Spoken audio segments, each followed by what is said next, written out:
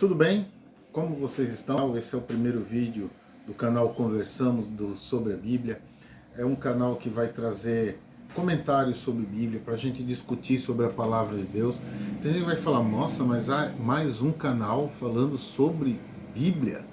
Sim, nós vamos conversar e a diferença é assim, eu não falo grego, eu não falo hebraico, eu não entendo inglês, mas a experiência que eu tenho como professor de literatura, que eu tenho que investigar, que eu tenho que buscar e trazer de uma maneira fácil para que os alunos possam entender, eu vou trazer também para que nós possamos discutir um pouco sobre a Bíblia. Eu quero trazer a Bíblia de uma maneira fácil para que você possa entender, né? Você que não lê grego, que não lê hebraico, que não sabe inglês, né? Que seja uma maneira para a gente ver sempre guiados pelo Espírito Santo. Tá? E como a gente é guiado pelo Espírito Santo, nós vamos conversar com uma oração. Vamos? Senhor, nós pedimos a guia do Teu Espírito Santo para mais esse estudo que nós iremos fazer, que o Senhor mostre para nós as Tuas palavras, a palavra através da Bíblia, que fale e toque o nosso coração, por Jesus, amém. Então nós vamos discutir sobre a Bíblia e o que hoje, é claro, se aqui o tema é discutir sobre a Bíblia, nós vamos falar primeiro sobre a palavra de Deus, a Bíblia Sagrada. Estamos vivendo num mundo muito agitado, que às vezes nós não temos tempo para nada, não temos tempo para fazer quase nada. E estudar a Bíblia está se transformando em algo muito complicado hoje, porque é tanto trabalho, é tanta coisa, é tanta correria, que a gente olha assim e fala, e como é que eu vou estudar a Bíblia? Como é que eu tenho tempo? E a gente acaba deixando de lado uma coisa muito importante para a nossa vida, que é a palavra de Deus. E esse também é o intuito do canal, para que nós possamos entender um pouco mais sobre a palavra de Deus. E como primeiro episódio, a gente vai falar sobre o quê? Sobre o quê? Sobre a Bíblia, tá? Sobre a Bíblia. Ah, e você, como eu disse, eu não falo grego, eu não falo hebraico, eu não entendo grego, eu não entendo hebraico. O meu inglês é inglês de dicionário. E como é que vai fazer para entender isso aqui? Uma das coisas é ter várias, né? Algumas, como é que diz, versões da Bíblia. Então, nova versão internacional, eu tenho algumas Bíblias no meu celular, a Bíblia hebraica, a Bíblia mensagem, Bíblia na linguagem de hoje, né? A Bíblia revista e atualizada. Tem essa aqui que é a minha Bíblia antiga, Bíblia de estudo, que eu gosto demais. É mais fácil, né, para a gente achar as coisas na nossa Bíblia de estudo. Então a gente vou usar várias versões da Bíblia para que a gente possa entender. Porque às vezes a gente olha uma coisa, numa versão, uma coisa. Na outra, ela vem esclarecer maior. Também tem uma Bíblia de Jerusalém ali, que vai facilitar a gente a entender um pouco mais. E hoje, com a tecnologia, você no seu tablet, no seu celular, fica muito mais fácil ter a Bíblia, né? Em várias versões, e ainda mais, hoje a garotada tem mais facilidade para o inglês, para o espanhol, né? Tem até Bíblia alemã, que pode facilitar, tá? E é isso que a gente vai conversar sobre a Bíblia, tá? É isso que a gente vai usar. Não vamos passar capítulo, verso por verso da Bíblia, mas a gente vai ver alguns pontos interessantes e se você tiver pergunta, coloque aí, que na medida do possível, eu não sou teólogo, eu sou professor de literatura e gramática, mas, como eu já falei, a mesma ideia que eu tenho para pesquisar sobre a literatura e apresentar para os meus alunos uma visão mais fácil, que eu tenho outro canal que é só de literatura, eu também vou apresentar aqui na Bíblia. Tá? E a primeira coisa que a gente vai começar é assim, eu posso confiar na Bíblia e por que eu confio na Bíblia? Eu vou falar porque eu confio. Tem gente que diz assim, ah, mas na papel aceita tudo. Realmente, papel aceita tudo, tá? Mas há uma diferença que vocês vão perceber, tá? Papel aceita tudo, mas há uma diferença. Uma das coisas que às vezes as pessoas falam, ah, mas vamos esperar que a arqueologia, se a arqueologia achar, beleza, se a arqueologia não achar, não, aí não tem como provar. Bem, o doutor Rodrigo Silva, uma vez ele estava falando está escrito Canadá, ele falou assim, não dá, né, assim, a arqueologia não vai provar a Bíblia, toda a veracidade, velocidade não, veracidade. prova um pouco? Sim, mas não toda. Porque a Bíblia tem alguns conteúdos que são de fé. Gente, tem coisa que eu vou crer é pela fé. Ah, mas fé é cega. Não, fé não é algo cego, não. Fé não é algo cego. Fé é racional. E depois eu vou mostrar para vocês que a fé é racional. A gente tem evidências históricas, tá, da Bíblia. Por exemplo, tem um texto de Plínio, o Moço. Ele viveu do anos mais ou menos 61 a 114. Plínio, ele enviou uma carta ao imperador, que ele tinha uns cristãos lá, ele não sabia o que fazer. E ele diz assim, na sua carta 96, ele diz assim: os cristãos têm o hábito de reunir-se em um dia fixo, antes do nascer do sol, e dirigir a palavra a Cristo como se esse fosse um Deus. E eles mesmos fazem um juramento de não cometer qualquer crime, nem roubo, nem adultério, nem quebrar sua palavra, nem negar um depósito quando exigido. Tá? Após fazer isso, despedem-se e se encontram novamente para a refeição. Plínio. Tá? Seutônio, que também ele viveu na época dos 5 melhores César, ele viveu na época de Nerva, Trajano, Adriano, Antônio Pio e Marco Aurélio.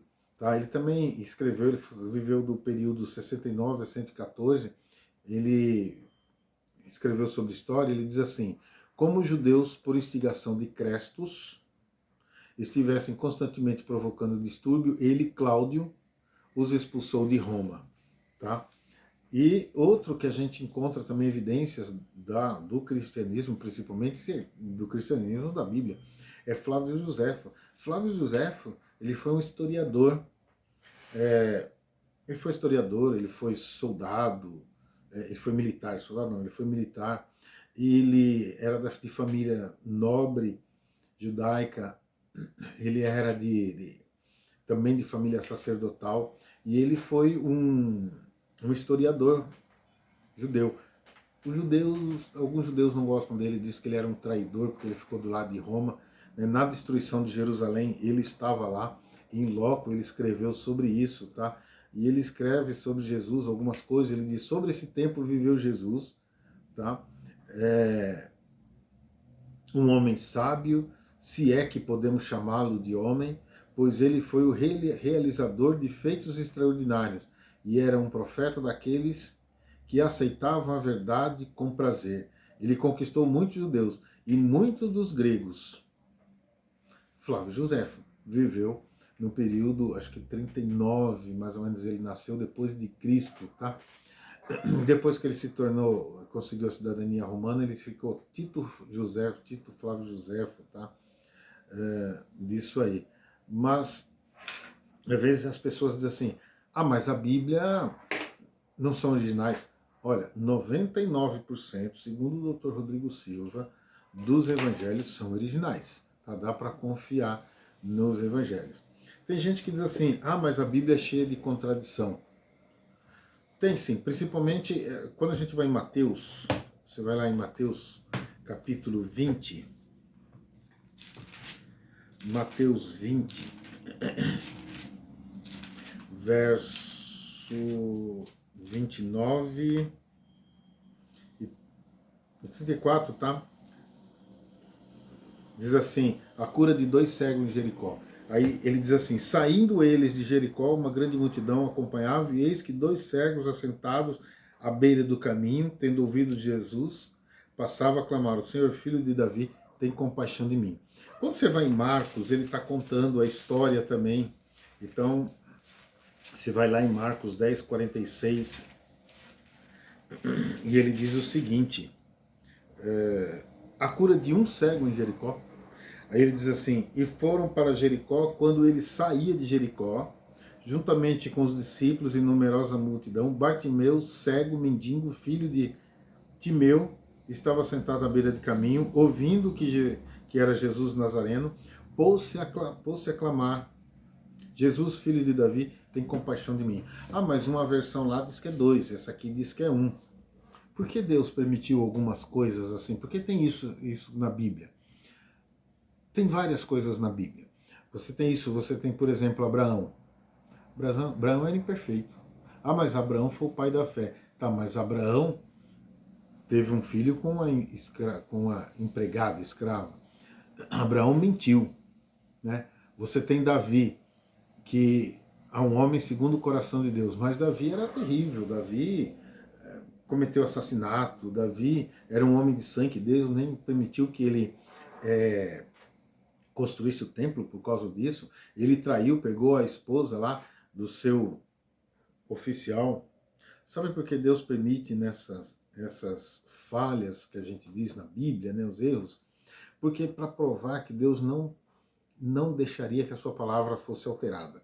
Primeira coisa, a palavra não seria alterada. E outra coisa, o ponto forte da Bíblia não é os erros humanos.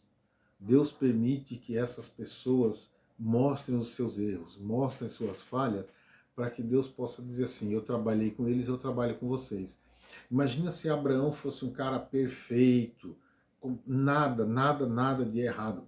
A Bíblia só tem uma pessoa, só tem algumas pessoas, a gente pode dizer Enoque, que ele foi para o céu, que não tem nada falando, nada de errado dele.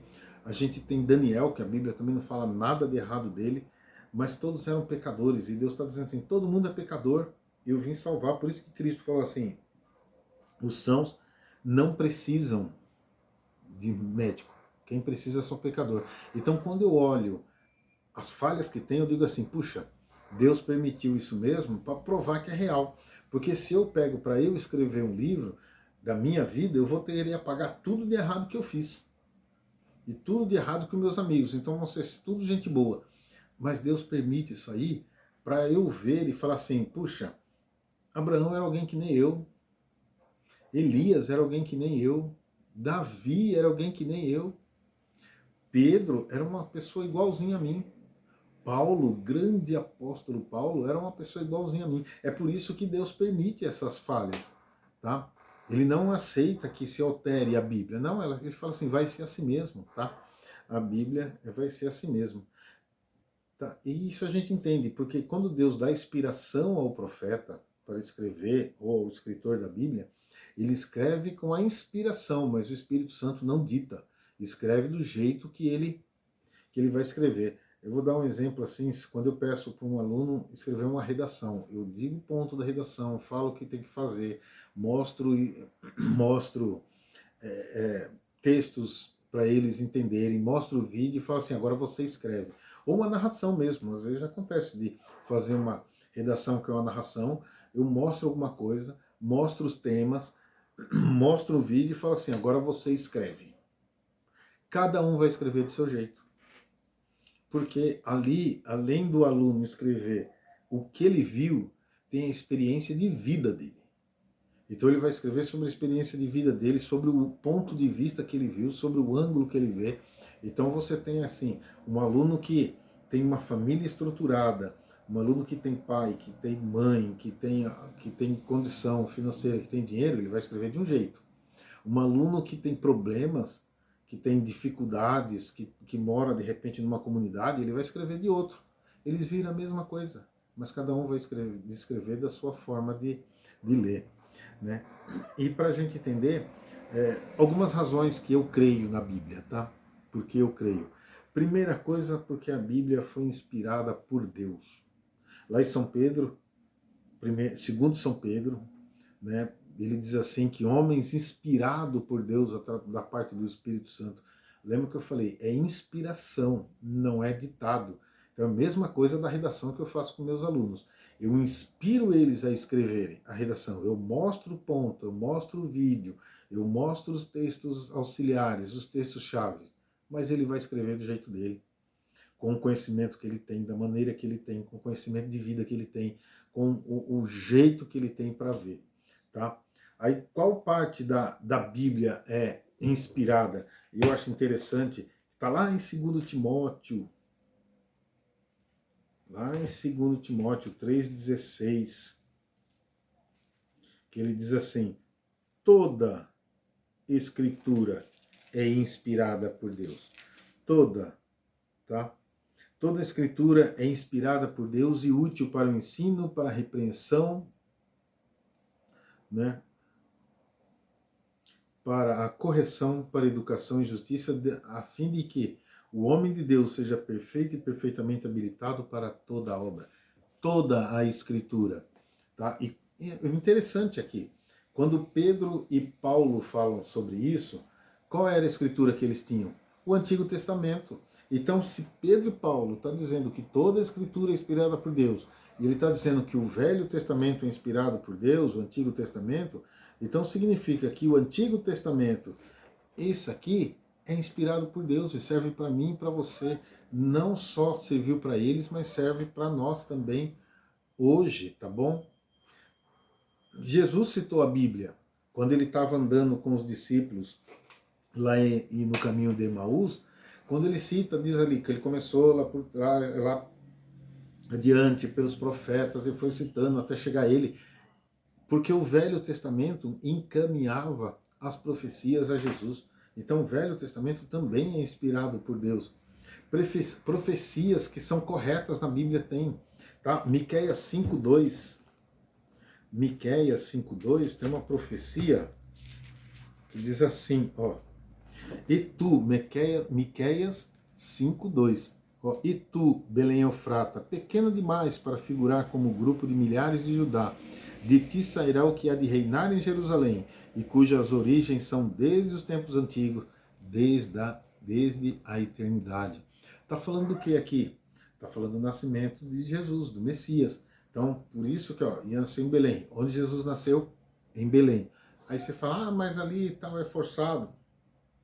Isaías 45, verso 1, diz assim, ó, Isaías 45, verso 1, assim diz o Senhor ao seu ungido, a Ciro, a quem tomo pela mão direita para bater as nações ante a sua face, para discernir os lombos dos reis e para abrir diante dele a porta que não se fecharão.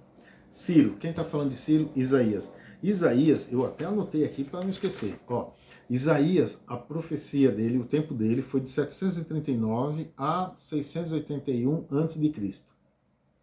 Quando apareceu Ciro, ele começou a reinar em 539 a.C. Então dá mais ou menos de 150 a 200 anos. Como é que alguém vai fazer uma profecia com o nome da pessoa que vai nascer 150 anos depois? Me explica isso. Não tem, gente. Não tem. As profecias estão se cumprindo. Quando você vai lá no Novo Testamento, e é algo que a gente vai ver depois, ele fala, ó, haverá terremotos, haverá guerra, o céu se escurecerá, né? A lua se tornará vermelha, as estrelas cairão. Jesus está falando de alguma coisa que se cumpriu depois, lá pelo século 17, 18, 19, por aí, essas profecias. A gente vai ver isso aí também depois, tá? Então, por isso que eu creio nessa Bíblia, gente. 150 anos, vai, se você... Antes de Ciro, Deus já dava o nome para o profeta de quem seria o libertador, tá? Do povo. Disso aí também. Tá? A arqueologia também tem provado, quem acompanha os canais do Rodrigo Silva, Evidências e Rodrigo Silva Arqueologia, vai ver que a arqueologia tem provado isso aí. Outra coisa, você tem nessa Bíblia toda aqui, mais ou menos 40 escritores. 40 escritores. Tá? E tem uma unidade. São 40 escritores que escreveram mais ou menos num período de 1500 anos. Mas tem unidade. Pega 10 escritores e manda escrever livros. E dá um período diferente para ver se eles não são influenciados pelos... A gente vê isso em literatura. A gente vê isso em literatura. Quem escrevia no período, por exemplo, quem escrevia no período do trovadorismo, escrevia de uma forma. Quem já escrevia no período do classicismo era uma maneira diferente de escrever.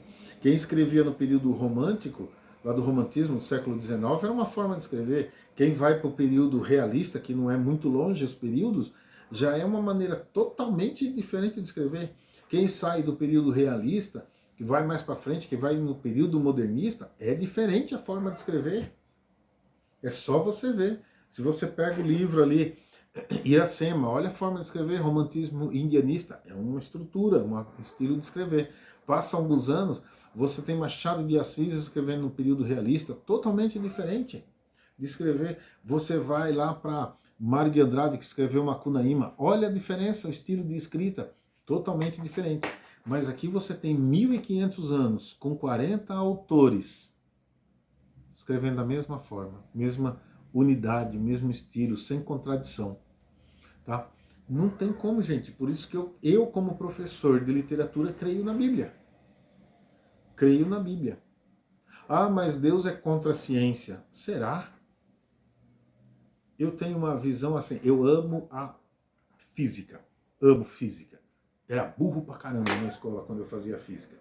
Porque eu estudei no estado, tive problema com matemática, mas eu amo a física, eu olho a NASA, olho esses negócios dos planetas, olho esses estudos, essas coisas que aparecem, eu acho fantástico. Tem uma vez até que eu pensei que eu vou fazer uma faculdade de física, mas eu não tenho base, né? Era muito ruim em matemática. Então eu olho assim para Deus, eu olho para o universo e falo, Deus é o maior cientista, não tem como. Ciência e religião não precisa ser separado, não. Tudo bem que isso aí veio com o iluminismo lá atrás, ou a partir do humanismo, iluminismo, tá? Depois a gente tem o positivismo, mas não, ciência e religião não precisa separar. Isaías 40, 22. Isaías 40, guarde isso aí, 22. Olha o que diz aqui.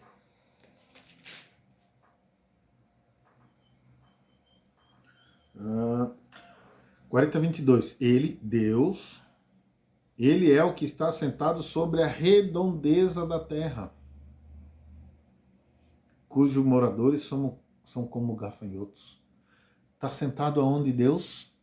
Sobre a redondeza da terra. Ciência. Ciência, gente. Deus é o maior cientista. Deus é o maior cientista. E a gente sabe durante muito tempo. A gente estuda isso aí, mesmo na época do heliocentrismo, que eles achavam que o Sol virava em torno da Terra, mas eles achavam que a Terra era plana, né? Tem gente que hoje ainda está na Idade Média, mas eles achavam que a Terra era plana.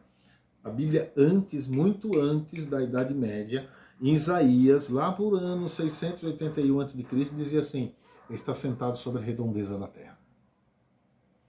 Ou algumas versões, a abóbada da terra, mas a redondeza da terra, tá? Não tem como. A Bíblia resiste aos críticos. A Bíblia é o livro mais lido no mundo. E olha que nenhum país obrigou ele a ler. Você tem Mao Tse Tung que obrigou a ler o livro dele. Hitler colocou o livro dele até na escola. Mas ninguém superou a Bíblia. E ao contrário, né? Ele, além de não ser obrigado a ler, até a própria igreja durante o tempo proibiu de ler. Tem países que proibiram de ter a Bíblia em casa. Tá? E mesmo assim, ele é o livro mais lido, mais impresso no mundo. Tá? Não tem como, não tem como. Outra coisa que o tema central da Bíblia é a salvação. É a salvação. Esse é um tema que mais focaliza, é a salvação de Deus para mim, para comigo. Mas tem uma coisa que para mim é muito importante, que tem gente que critica, fala, vocês crentes são tudo doidos, vocês crentes são tudo não sei o quê, crente é preconceituoso. Deixa eu falar uma coisa para você. O verdadeiro cristão, e eu estou falando no verdadeiro cristão, tá? Ele não vai se meter em algumas coisas. Tá? Quando você vai lá no Novo Testamento, perguntaram para Jesus se era lícito pagar imposto. E Jesus falou assim, dai a César o que é de César e a Deus o que é de Deus. Deus falou, o governo quer imposto? Quer. Então paga imposto. Tá? Dá a César o que é de César e a Deus. Tem muita gente que fala aí de, porque vai dar o dízimo, que não sei o que, vai dar dinheiro para a igreja. Gente, Deus falou assim, Jesus falou, dai a César o que é de César e a Deus o que pertence a Deus. Tá? Tem outra coisa aqui, quer ver? Filipenses 2:3. Paulo, grande Paulo. Olha que Paulo fala, Filipenses 2:3.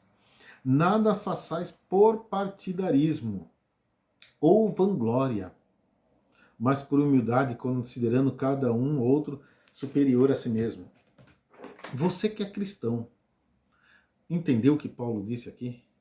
Você que não é cristão, você entende o que Paulo está dizendo aqui? Que o verdadeiro cristão é uma pessoa humilde. O verdadeiro cristão, ele não é arrogante. O verdadeiro cristão, ele não faz nada por partidarismo, para que ele ganhe. Ele faz as coisas com humildade. Agora eu pergunto para você que está vendo, se tivesse uma sociedade em que cada um achasse o outro superior, e quando eu falo superior, não é assim, eu vou me colocar com, nossa, eu não valo nada. Não é isso que ele está falando. Ele está dizendo assim, você olhar com o outro com os olhos de carinho, de amor, de atenção. Você acha que o mundo estaria como está hoje? Pergunto a você, se você olhasse isso aí, se você for um verdadeiro cristão, se o mundo fosse verdadeiramente como Paulo diz que seria, que mundo maravilhoso que nós teríamos. Que a gente não estaria discutindo se é esquerda, se é direita, se é A, se é B. A gente estava preocupado com o bem do outro, independente de quem o outro seja, tá? Mas não é só isso não. Olha lá em Efésios capítulo 5. Não, porque o cristão é machista, porque o cristão não sei o quê, porque o cristão é preconceituoso, porque trabalhar para cristão é a pior coisa que tem. Olha o que Paulo diz aqui. Olha que eu estou falando dos verdadeiros cristãos, tá? Cristãos. Capítulo 5, verso 22, é o lar cristão. Olha os conselhos que Paulo dá aqui. Primeiro conselho, as mulheres sejam submissas ao próprio marido como ao Senhor. Tem mulher que olha e fala assim, eu ser submissa, Deus me livre. Meu marido não vale a pena. Veja só, ser submissa como marido, ao marido como ao Senhor. O que é submissão? Submissão não é você se colocar debaixo para o marido pisar em cima, não. Submissão e igualdade quer dizer você conseguir conversar com ele, ter quando fala de submissão, às vezes quando tem que tomar uma decisão séria e ele tiver a decisão, ele tomou, acabou. Não é aquele negócio da mulher chegar, o problema é dele, ele fez errado, o problema é dele. Não é isso que a Bíblia está falando. Aí fala assim, mas só para as mulheres? Olha o verso 25. Efésios 5, verso 25. Presta atenção. Marido, amai vossas mulheres, como também Cristo amou a igreja e a si mesmo se entregou, para que a santificasse, tendo-a purificado por meio da lavagem de água, a palavra. Como é que Cristo amou a igreja? Ele morreu por ela. É isso que está dizendo aqui. O marido tem que amar a sua esposa a ponto de lhe dar a sua vida por ela. A mulher... Agora imagina só, mulheres. Se você tem um marido que morre por você, você não vai aceitar os planos dele, não vai conseguir conversar com ele, e se ele tomar uma decisão, não vai deixar, eu sabia que ia dar errado, eu não te falei, é que toda mulher fala isso, eu não te falei, não é isso que ele está dizendo, assim, não, você errou, eu vou com você, nós vamos juntos. É isso que é ser submissa ao marido, tá? Então, Paulo está dizendo aqui, maridos, amem sua mulher, como Cristo amou a igreja, se precisar, morra por ela. Se você morrer por ela, sua mulher vai ser submissa. O problema é que tem homem que pega essa parte e diz assim, mulheres sejam submissas. Eu estou mandando, acabou, abaixa a cabeça e final. Não é isso. Outra coisa, olha que fala aqui, Efésios 6, continuando em Efésios 6:1. Filhos, obedecei os vossos pais no Senhor. Filhos obedientes. A gente está numa sociedade que o filho quer fazer o que quer, do jeito que quer, da maneira que quer. Aqui está dizendo, filho, sejam obedientes aos vossos pais. Mas também tem algo para os pais. E vós, pais, não provoqueis a ira do vosso filho. Imagina se você tem um lar em que o marido ama a esposa a ponto de dar a sua vida por ela. Em que a mulher, ela aceita as decisões do marido e apoia, está do lado dele apoiando. Em que o pai é amoroso com o seu filho, não provocando a ira. Em que o filho obedece o que o pai está dizendo no Senhor. Gente, Se toda a sociedade fosse assim, nós não teríamos problema. Eu gosto de uma frase que eu não anotei o nome, mas é um oficial da Polícia Militar de São Paulo, que ele diz assim: não se incentiva a Bíblia nas escolas, mas se incentiva nos presídios. Olha que diferença. Se a gente incentivasse a Bíblia na escola, talvez não precisasse de tantos presídios. Que frase? E eu não lembro o nome dele, mas é um oficial da polícia. Se alguém souber, põe aí. Que frase? E não é verdade? Tudo bem, eu sei, a educação é laica e eu sou a favor da educação laica. Estado é uma coisa, religião é outra. Estado, religião e religião. Não dá para misturar. Mas, principalmente algumas escolas que são confessionais, tem que incentivar a Bíblia. Tem que incentivar. Escola metodista, escola adventista, escola católica, a Bíblia tem que ser o centro dessa escola. Escola batista tem que ser o centro. Tá?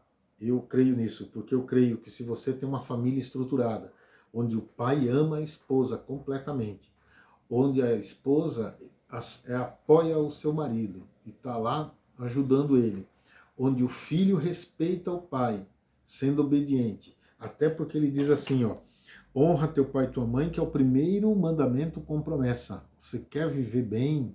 Você quer viver bem? Você quer ser bem nas coisas? Honra teu pai e tua mãe. Não levante a mão, não levante a voz para o seu pai e sua mãe. Tá? Viva bem. E que os pais não provoquem os filhos. Gente, assim teria uma sociedade quase que perfeita. Tá? Aí, só isso? Não, olha o que ele fala para os empregados. Quanto a vós, outros servos, obedecei o vosso Senhor segundo a vosso Senhor segundo a carne, com temor e tremor, com sinceridade no vosso coração, como a Cristo. Eu, como empregado, tenho que obedecer ao meu patrão como se fosse ao Senhor. Esse negócio de fazer corpo mole, de fazer preguiça, de falar mal do meu chefe. Não, eu tenho que obedecer a ele porque Cristo está vendo, eu tenho que obedecer como se fosse Cristo. Aí você fala, ah, mas então, e os patrões? Olha aqui que ele fala para os patrões. E vós, senhores, de igual modo procedais para com eles, deixando as ameaças, sabendo que o Senhor, tanto deles como vosso, está nos céus, e é para com ele que não há acepção de pessoa. A gente vive numa sociedade que às vezes tem gente que não sabe ser chefe. É ameaçando. E eu já vi uma reportagem, alguns anos atrás, que diz que há um problema com os chefes do Brasil, né? Eles não sabem lidar, eles acham que ainda a gente tem alguns chefes que acham que a gente ainda está na idade da escravidão. E quando eu falo de escravidão, não é que não paga direito, é que assim, faz do jeito que eu mando e acabou. Eu sou chefe, eu estou mandando. E olha que Paulo diz aqui, se você é cristão e é chefe, se você é cristão e é chefe, ó, procedeis para com ele, deixando as ameaças, sabendo que o Senhor, tanto Deus como dele, está no céu. A gente que é cristão sabe, tudo que a gente faz, Deus está vendo. Se eu sou um empregado preguiçoso, se eu sou um empregado que mato hora, se eu sou um empregado que enrola o trabalho, que faça as coisas mal feitas, eu estou indo contra a Bíblia. Se eu sou um patrão que não sei tratar empregado, se eu sou um patrão grosso, um patrão que ameaça o empregado, que não paga o que lhe é direito, porque o empregado no Brasil, se deixar, o cara trabalha de graça, né? Esse é um problema que a gente tem. Às vezes trabalha de graça e ainda tem que dizer muito obrigado pela chance que eu tenho de trabalhar para você. Mas ele diz assim, não é cristão, gente. A sociedade cristã que a Bíblia pede é uma sociedade em que o pai ama a mãe, a ponto de morrer por ela. A mãe respeita o pai, a ponto de apoiá-lo. O filho não levanta a voz contra o pai, e o filho respeita o pai, o filho e a filha. O pai respeita o filho, sem provocar ira, sem fazer algumas coisas. O empregado é um ótimo empregado, é um empregado que está trabalhando como se fosse a Deus, a Cristo. E o patrão, ele é um patrão que sabe ser humano, tem humanidade. A gente tem uma sociedade perfeita, nós teríamos uma sociedade perfeita. E aí tem outros textos na Bíblia, Paulo diz assim que é para respeitar a autoridade. Eu lembro que antes da eleição eu falava assim, vamos orar pelo nosso presidente. Tinha gente, não, tem que orar não, esse presidente tem que morrer. Mudamos de presidente. E o que é que eu falo? Vamos orar pelo nosso presidente. Não é o que eu votei, pode ser, não é o que eu gosto, não é o que você quer, né? Orar pelo presidente, orar pelas nossas autoridades, orar pelo prefeito, orar pelos vereadores, orar pelo governador. Ah, mas não é do meu partido, eu não gosto dele. Problema seu. Não é isso. Quando o povo de Israel saiu de Babilônia, Deus falou, vocês vão lá, vão comprar terras, vocês vão ter tudo certo lá, vocês vão abençoar aquele lugar e vocês vão orar por eles e vocês vão respeitar a autoridade. Ore para que Deus abençoe essa terra. Então você que está vivendo no Brasil hoje, independente do governo que é, ore pelo seu presidente, pelo meu presidente, não interessa se eu votei ou não. Ore pelo o governador do seu estado, pelos senadores, pelos ministros do Supremo Tribunal. Ore pelo vereador, pelos vereadores, pelo prefeito. Ore pelas autoridades. Paulo diz assim, não há autoridade que não venha do céu. Ah, mas não é o meu candidato. Problema seu. Você tem que aceitar. Deus, que vem do céu assim, Deus permitiu, tá? Ore as autoridades. Não é seu candidato, não é seu. Tenha respeito. Eu falei ano passado pro pessoal, ore pelo presidente. Não, não vou orar, eu quero que ele morra. Você não é cristão. Se você não orou pelo seu presidente anterior, não é cristão. Se você não ora por esse presidente seu, não é cristão. Se você não ora pelo seu governador, pela autoridade da sua cidade, pelas autoridades da sua cidade, você não é cristão, não está respeitando a Bíblia. A Bíblia não é para a gente ter partidarismo. E a última coisa, por que eu creio nessa Bíblia, gente? Por que eu creio nessa Bíblia? Porque assim, eu sou professor de literatura e amo os livros de Machado de Assis. Amo. Eu sou machadiano. Quando eu falo para os alunos sobre realismo entre Machado de Assis, eu viajo mesmo, gosto. E eu li vários livros de Machado de Assis e vi 20 a gente ler Machado de Assis. Mas eu não conheci ninguém que mudou de vida por causa de Machado de Assis. Gosto de Fernando Pessoa. Não vi ninguém mudar de vida por causa de Fernando Pessoa. Não vi ninguém. Algumas leituras são extremamente depressivas, mas para mim são os melhores. Eu gosto de Guimarães Rosa. Gente, Guimarães Rosa. Guimarães Rosa é muito bom. Mas eu não vi ninguém mudar de vida por causa de Guimarães Rosa. Mas eu vi muita gente mudar de vida por causa desse livro. E eu olho assim, nesse livro eu encontro a mudança de vida. Eu encontro a mudança de vida que foi feita na minha família. Eu e meus irmãos, a gente não tinha nada. A gente não tinha nada, a gente não era nada, a gente não seria nada. Mas graças a esse livro, mudou a nossa vida. E outra coisa que eu acho nesse livro é perdão. Sabe? Eu sofri muito por causa de alguns problemas que eu tive, mas eu também já fiz muita gente sofrer na vida. E nesse livro eu achei perdão. Eu olho para trás, tem coisas que eu penso na minha vida e falo, nossa, que vergonha. Como eu agi que nem um idiota. Como eu fui trouxa. Como eu fui imbecil. Mas quando eu sei que nesse livro Deus me perdoou das coisas que fez e me transforma num outro homem, em outra pessoa a cada dia, eu tenho que acreditar nesse livro. Se você não crê na Bíblia, por tudo isso que eu te falei que você acha uma besteira, gente mudou de vida por causa desse livro. Gente que era má, gente que era bandido, gente que era corrupto, gente que era adúltero, mudou de vida. E às vezes você encontra famílias que hoje estão estruturadas maravilhosamente bem por causa desse livro. Eu sou uma pessoa que mudei por conta desse livro. Deus perdoou meus pecados, porque eu sou uma pessoa má. Naturalmente eu sou má. Sou uma pessoa má. Mas Deus muda-nos constantemente. Então por isso que eu creio nesse livro. E é sobre esse livro que nós falaremos. É sobre esse livro que nós viajaremos nesse canal. Que Deus abençoe vocês.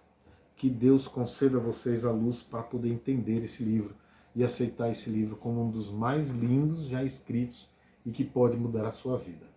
Amém? Até a próxima.